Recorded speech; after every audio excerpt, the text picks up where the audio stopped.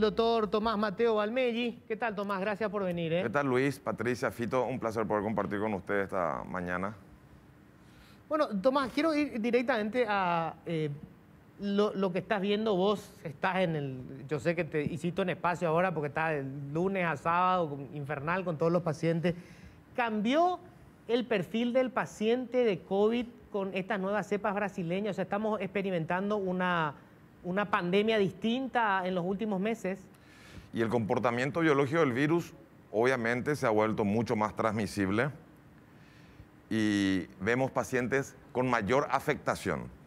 Eso podría entrar dentro del contexto de las características individuales de estas nuevas variantes o podría entrar dentro del contexto epidemiológico, que ahora hay mucha más gente infectada, por lo que la carga infecciosa es mucho más intensa. Si vos haces un estudio comparativo, el año pasado teníamos 20, 30 infectados por día. Hoy tenemos 2.000, 2.500 infectados por día, de los detectados. Eso es la punta del iceberg. No, eso no es el número real. Entonces, el individuo susceptible, Patricia, que todavía no tuvo COVID, ¿vos no tuviste COVID todavía? No, todavía no.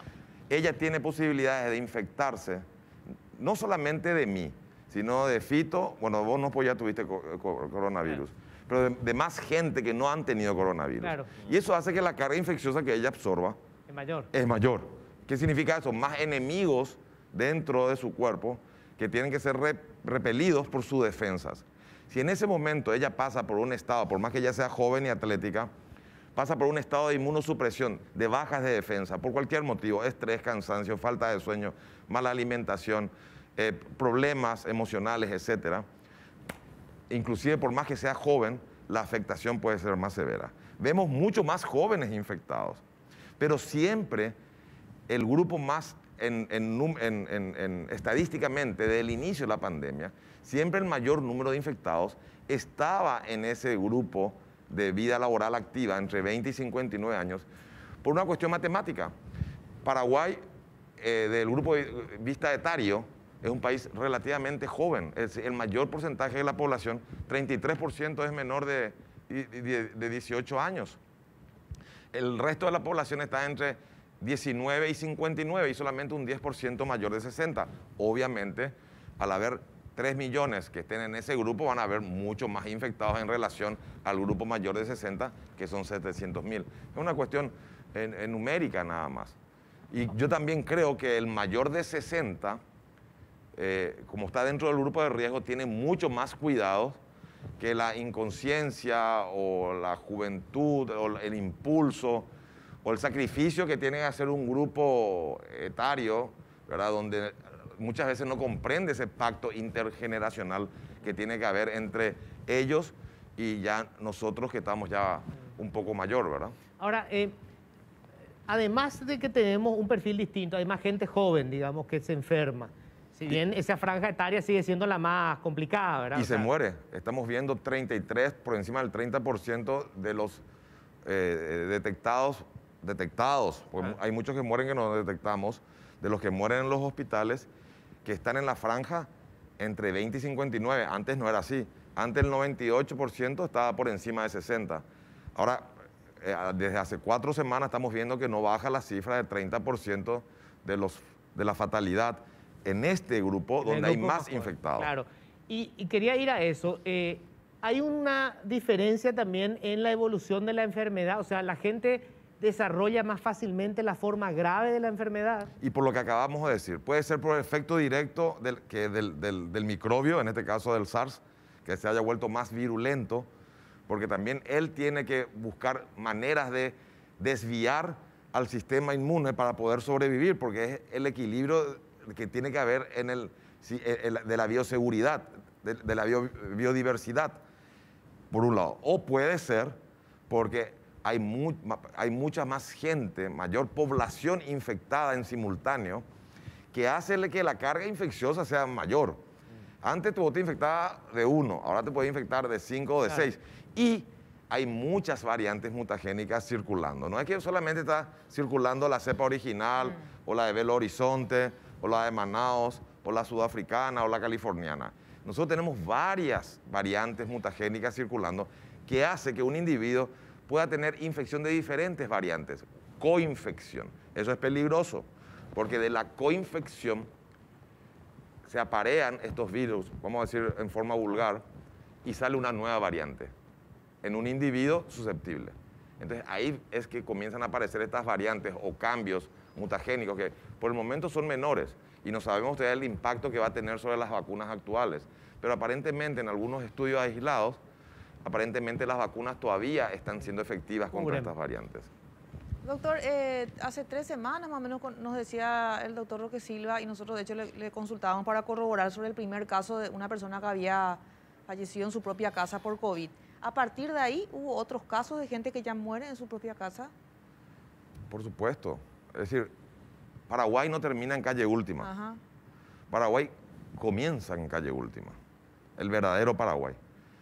Hay que recorrer un poco el interior y vas caminando por los pequeños pueblos o ciudades, y no tan pequeños tampoco, y no tan lejos tampoco. No te estoy hablando Paraguay adentro. Te estoy hablando acá 50, 60, 70 kilómetros. Te dice la gente, las autoridades locales te dicen, acá fallecieron 2, acá 3, acá 4. Es decir, el COVID tiene un subregistro de mortandad en Paraguay.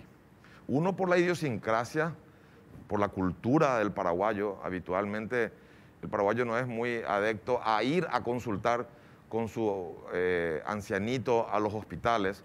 2, porque vos tenés un tiempo de espera en los hospitales, no de 1 hora, te diría que más de un día. Vos te vas a una clínica de Ingavi, porque tenés síntomas de la COVID, y no es que te atienden a las 2 horas, te atienden al otro día a las 36 o 48, y la atención es, si tienes fiebre, te ven si respirás bien, si no tenés dificultad para respirar, y si saturás por encima de 94, tome aspirina, vaya a su casa. No hay un programa, como estaba diciendo Fito, cuando estaban entrevistándole al doctor León, donde se eduque. Nosotros tenemos 3 cosas, nada más nos queda por hacer.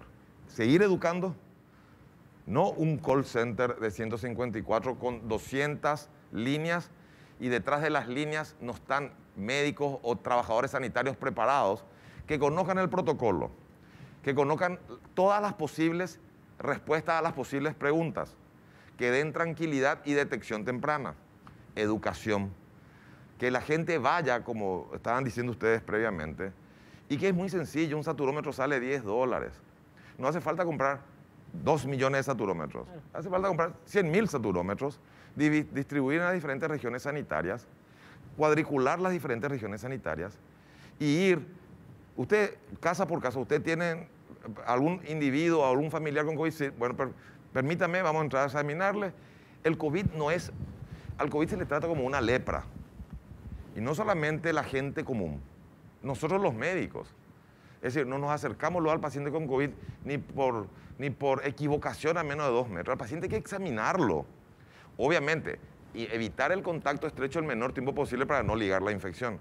Pero a un paciente hay que examinarlo. Si el paciente tiene un problema respiratorio, examinarle en las vías respiratorias. Tomarle el saturómetro, ver cómo respira, auscultarle el pulmón. Y hay criterios donde te definen qué es el COVID asintomático, el oligoasintomático, el leve, el moderado, el grave que tiene que ser hospitalizado y el crítico que tiene que ir a terapia intensiva. ¿Cuáles son los criterios para entrar a terapia intensiva? Están establecidos.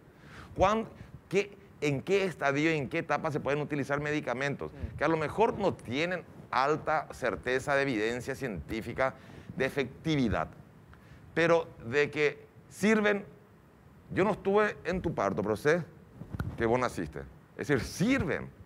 Entonces, ¿nosotros qué le damos al paciente que va al centro de salud o a una clínica de Instituto de Previsión Social o un hospital municipal o un hospital universitario?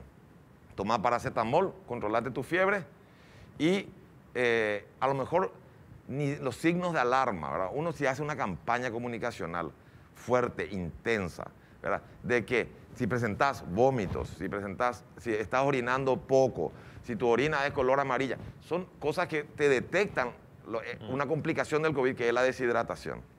Si la fiebre cambia en su comportamiento, si no tuviste fiebre y después al 7º día volvés a presentar fiebre, significa que hay actividad neumónica muy probablemente del COVID o una sobreinfección agregada. Es decir, tips, tienen que dar tips y para eso hay que evitar que los centros asistenciales donde se ven COVID se colapsen, porque la aglomeración facilita la transmisión del COVID. Entonces no tiene que haber una línea 154 o un conmutador 164 con 200 personas. Tienen que haber 1000 y distribuidas en todo el país. Y no es que tienen que ser efectivas y eficaces. Doctor, las medidas que planteó el gobierno desde antes de Semana Santa, unas semanas antes, después las medidas de Semana Santa y ahora la prórroga de estas medidas sanitarias, ¿qué opinión te merecen? ¿Están bien? ¿Tienen que ser más estrictas? ¿Tienen que ser más flexibles? ¿Hay que cambiar esas medidas? Mira, yo me quedé en el primer punto, que es la educación, que para mí es fundamental. El segundo es, tiene que haber respuesta hospitalaria inmediata. Insumos, medicamentos. Cuando hablo de insumos, insumo es guantes, agujas, volutroles, sueros.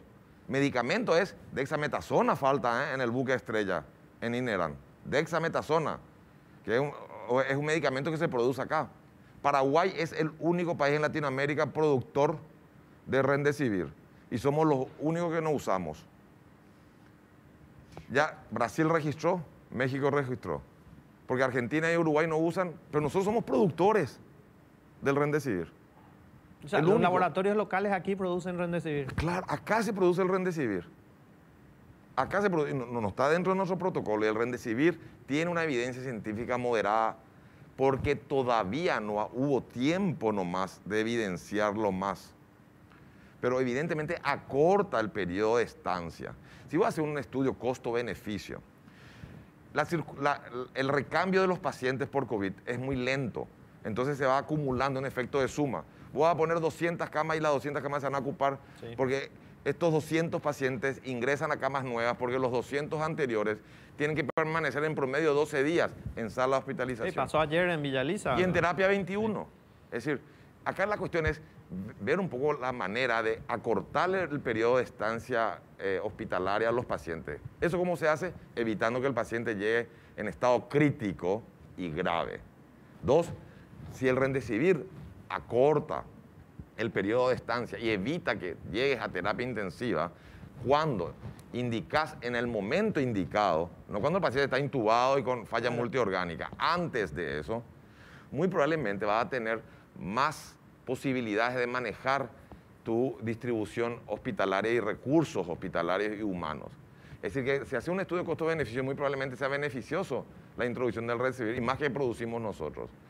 Y 3, nosotros tenemos que seguir insistiendo sobre la prevención con la vacuna. Tienen que llegar las vacunas, ¿verdad? Y no poner tantos obstáculos y no guiarnos tanto por informaciones de otros hemisferios donde sus realidades son diferentes. Porque ellos dicen, yo no pongo esta vacuna pero porque tengo esta, ¿verdad? Nosotros luego no ponemos la que está en cuestión porque no tenemos luego. Así que no es punto de discusión. Podemos discutir sobre algo que no existe.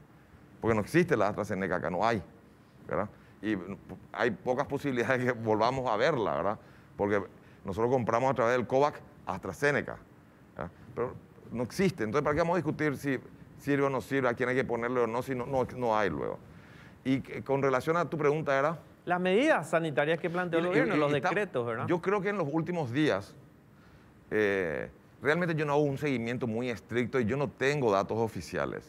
Porque los datos oficiales parece que están muy guardados. Publican algunas cositas y uno puede ver que si vos tenés en cuenta que nosotros tuvimos de finales de marzo hasta el 4 de abril con una cuarentena parcial, pero que la gente también, un porcentaje importante respetó, se ha visto una disminución así del número de infectados.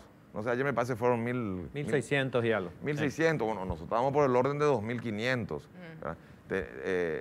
Se ve una pequeña pendiente hacia abajo, ¿verdad? Es obvio que las medidas restrictivas tienen impacto, pero la gente no se tiene que confundir. No es porque vos tomaste una medida restrictiva, a la ciudadanía le hablo. Ese impacto va a ser perenne en el tiempo, va a ser transitorio, hasta que volvamos a interactuar y pase un ciclo biológico del virus y vuelva otra vez la pendiente, pero en sentido inverso. Es decir, obviamente que cuando vos tenés índices epidemiológicos en niveles altísimos y tenés 0 respuesta hospitalaria y no tenés la provisión de oxígeno, ha caído en un 30% por falta de prevención, y porque esto se veía Era que... de suponer que íbamos a estar en esta situación. Obvio, claro. nosotros usamos en enero 300.000 centímetros cúbicos de oxígeno y en marzo usamos 600.000, obviamente que en mayo vamos a usar 900.000. ¿Por qué? Porque en mayo vamos a tener 200 camas más. Cada cama es igual a un paciente con una toma de oxígeno, porque el paciente ingresa solo cuando requiere oxígeno suplementario. Es decir, paciente que ingresa, oxígeno suplementario. Y nosotros estamos utilizando otras modalidades de oxigenación, que es el alto flujo, que consume el triple del oxígeno en la mascarilla común o con la bigotera. Es decir, esto va a ir paulatinamente aumentándose el consumo de oxígeno. Entonces, obviamente que son medidas parciales, transitorias, que te dan un pequeño respiro, pero siempre que las hagas desde el punto de vista sanitario, tenés que tener un objetivo próximo a que se cumpla para que la gente tenga la fuerza de seguir resistiendo a la pérdida de libertad de trabajo, la disminución de los empleos, la disminución de los ingresos diarios, la pérdida de la educación de sus hijos. Tenés que dar moneda de cambio. Y eso es la vacuna. O sea, si vos le decís, llegan 2 millones de vacunas para tal mes, bueno, es otra historia. Nos encerramos todos, feliz de la vida, nos quedamos todos encerraditos. No solamente vacunas, Luis, oxígeno. Evidencia A1, ya que quieren siempre regirse por la parte estrictamente científica y dejando de lado lo social, lo económico y todo lo que enreda este tipo de estas crisis sanitarias. Oxígeno, dexametasona, antibióticos, insumos, guantes, equipo de protección, suero, es decir, cosas básicas. Ya no estamos hablando ya de cosas especiales, remdesivir, anticuerpos monoclonales, tocilizumab o respiradores de alta frecuencia o ECMO, eso no. Expectativas sobre realidad. Vamos a ubicarnos donde estamos nosotros. Estamos en el país en vía de desarrollo, ¿verdad? Vamos a hacer una